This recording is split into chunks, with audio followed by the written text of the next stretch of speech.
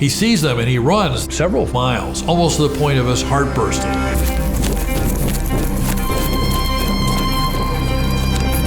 It was about revenge. Revenge was a very powerful thing.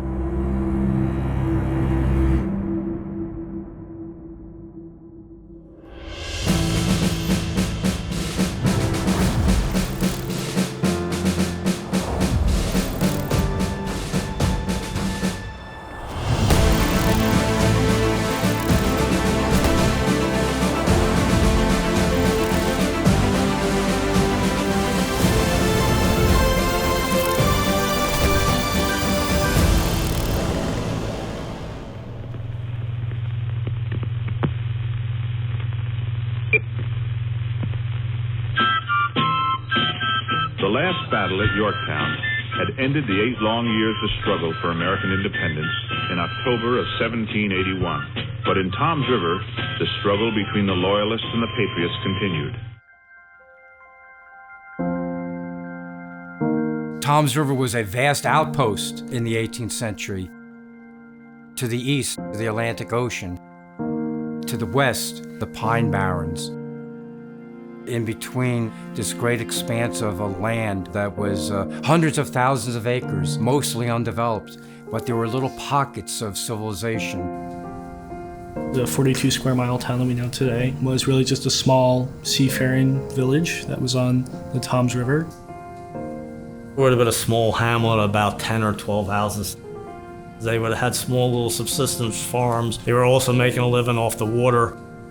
We also had the benefit of all the tributaries, the rivers, the bays, the islands, and the inlets. So it was very conducive to set up bases for the militia and the privateers, which came to existence. The second most important thing was the salt works. You need salt as an ingredient, as part of gunpowder. Without that, you can't shoot your guns, which means you can't equip your army, which means then why even put the army together in the first place to then fight for independence. Patriots would build a salt works, it would operate. The Loyalists or the British soldiers would come down and destroy it. It would get rebuilt, and it was just this kind of cycle that went through, right? And the citizens of Tom's River, in December of 1781, petitioned the elected governor of New Jersey, our first elected governor, William Livingston, send Huddy to Tom's River to defend us. On December 19, 1781, the citizens of Monmouth County petitioned the legislature of Monmouth County to send Captain Joshua Huddy to command the Tom's River blockhouse. Huddy is one of those characters that takes on the opinions of the people telling the story. And in some cases, he's been this sort of shining knight hero kind of person. And then in other versions, he's this not very nice guy. There was a young man up in northern Monmouth County who had been spying for the British, and he'd been caught. And they tried him, and Huddy was one of the people to advocate to hang the guy. Joshua Huddy is a polarizing figure. He hanged people without trial, took their belongings, and his actions with the Monmouth County Association for Retaliation sparked important debates about our tactics in fighting for democracy. The blockhouse was basically a small house that sat within a ring of logs that stood straight up with big points on them.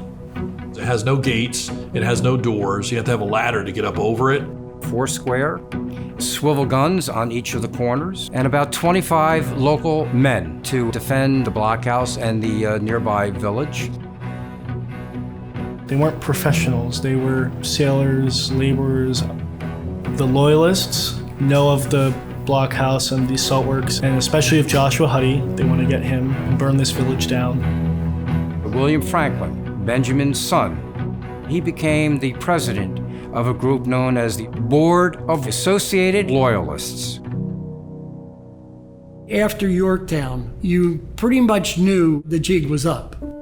Franklin, as the head of the Associated Loyalists, was watching because in New Jersey they were already starting to seize property from Loyalists and then selling the property to finance the war.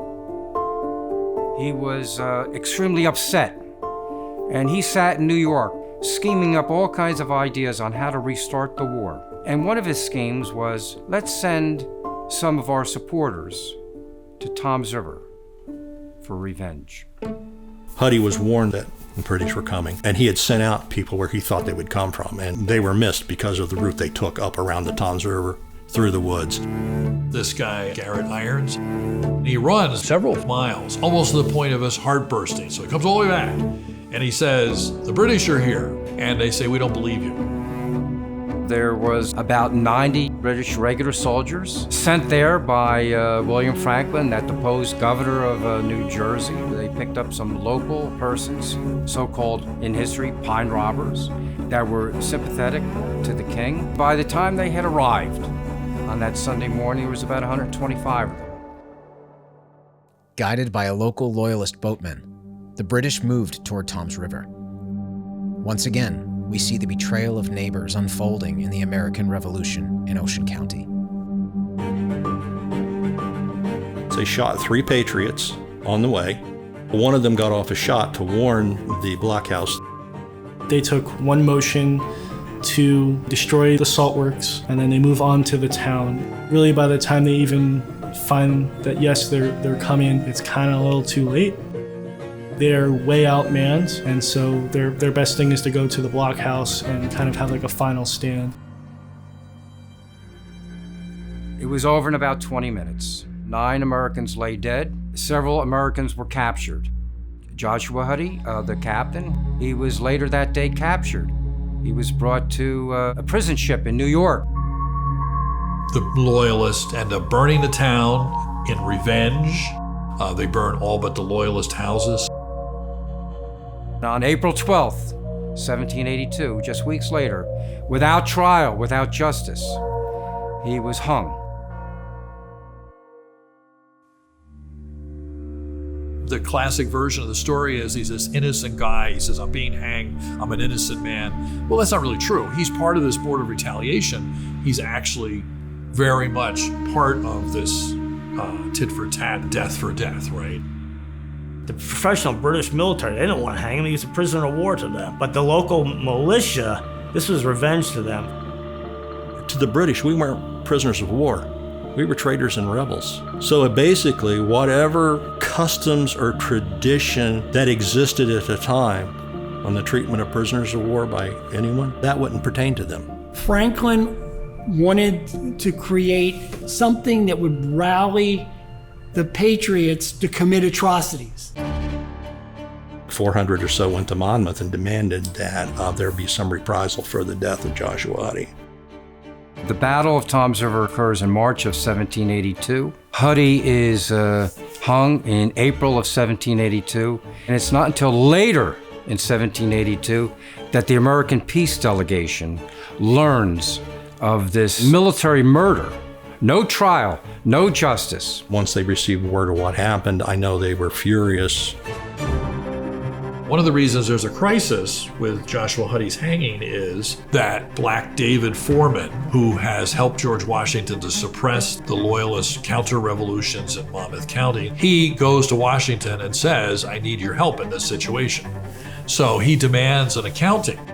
So George Washington sent a letter to the commander, Clinton, demanding an investigation. Clinton finds a low-level guy to blame for hanging Huddy, a guy by the name of Lippincott. And his defense was, "I was following orders," which meant that he was following orders from William Franklin. William Franklin would be the one they would have to hang. They let this defense leak to William, who got on the next packet and went back to England. The Loyalists in Monmouth County want they want a symbolic revenge. George Washington declared that if Captain Lippincott, who led that raid, was not handed over for justice, then they would pick a likewise captain and British prisoner of war and execute him. Unfortunately, the guy who drew the black ball was a guy by the name of Askill, whose mother was friends with Marie Antoinette, our new ally. The King of England gets involved, the King of France gets involved. The mother of Askill writes a letter to the French, and the French write to the Continental Congress saying, "Please, we're your allies, spare this guy." So this gives Washington a way to save face, because Congress then ordered Washington not to hang him. And Washington said, okay, let him go. And he got on a boat and went back to London. George Washington never really wanted to hang anybody. He respected the fact that he was a prisoner of war. And I think eventually cooler heads prevailed. The Huddy affair is so distasteful, and the Askill affair is so distasteful. That is the last straw as far as the English Prime Minister is concerned, as far as defending the Loyalists. One of the things I love about history, particularly the history of the American Revolution and what now is Ocean County, is how we build these myths and these stories, and sometimes they're justified and sometimes they don't seem to be justified. The Toms River Blockhouse fight had indeed become an important incident in the fight which ended the Revolutionary War.